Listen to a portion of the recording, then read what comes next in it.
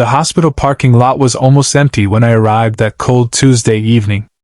I had driven more than 200 kilometers without stopping because I couldn't believe what my wife had told me on the phone.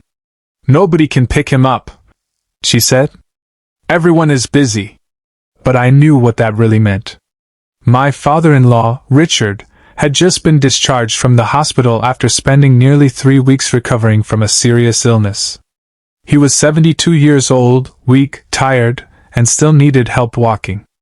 The man who had once carried his family through every storm was now standing alone, waiting for someone to come for him. And somehow, everyone suddenly had an excuse. My wife's brother was too busy with work.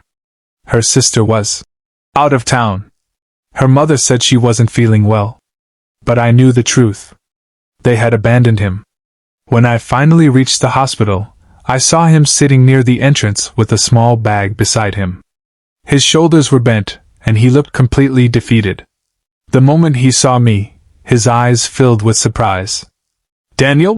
he whispered. I walked over and hugged him. "Of course I came to get you." He looked away, trying to hide his emotions. "I didn't think anyone would come." Those words broke something inside me. This was the same man who had welcomed me into his family when I married his daughter. He was the man who helped me fix my first house, who gave me advice when I was struggling, and who always treated me like his own son. And now, when he needed people the most, everyone disappeared. I helped him into my car and placed his bag in the back seat. I started driving toward his house. But after a few minutes, I noticed something strange. Richard wasn't looking out the window.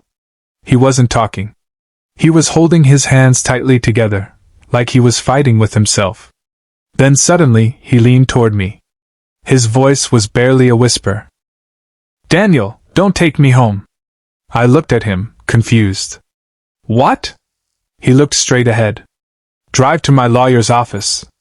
I almost missed the next turn. "Your lawyer? Why?" He took a deep breath. "Because today, I found out who my family really is." I didn't ask more questions. Something in his voice told me this was serious.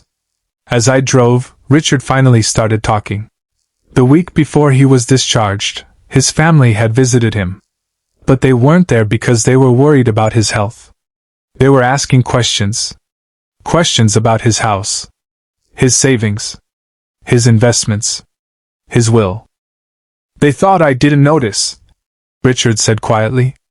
"They were already dividing everything before I was even out of the hospital." I felt anger building inside me. "But your wife knew about this?" He closed his eyes. "She knew more than anyone." The silence inside the car became heavy. My wife, his own daughter, had been acting worried on the phone. She made it sound like she was helpless. But the truth was completely different.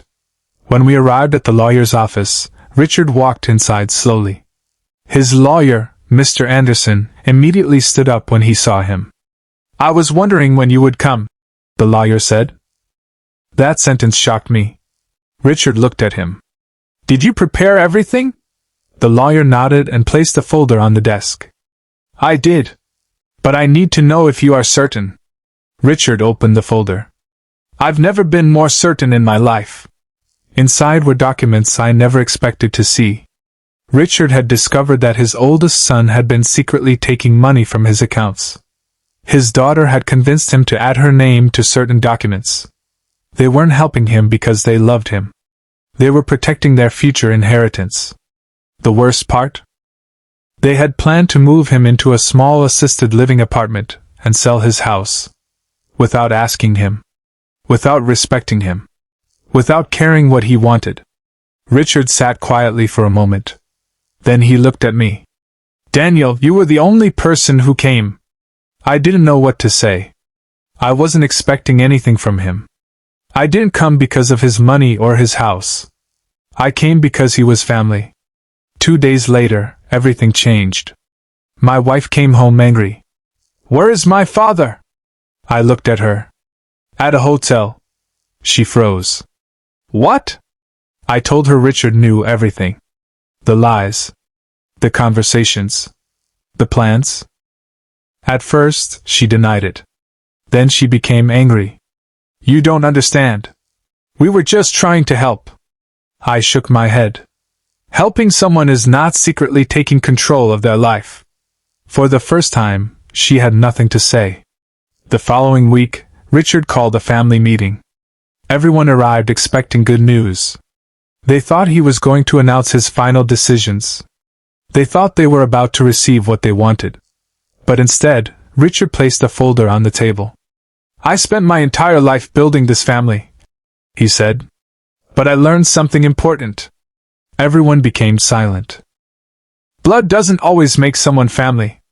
Actions do. His children looked uncomfortable. Richard explained everything. The stolen money had been recovered. The documents had been changed. His house would remain his. And his new will was completely different. But the biggest surprise wasn't about money. Richard had decided to donate a large portion of his estate to a medical foundation that helped elderly patients who were abandoned by their families.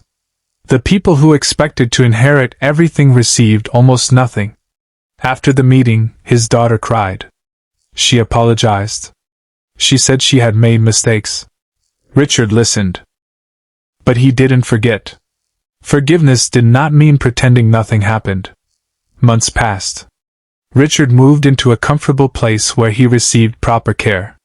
I visited him every weekend. One afternoon, we sat outside drinking coffee. He smiled and said, "You know, Daniel, I thought losing my health was the hardest thing I would face."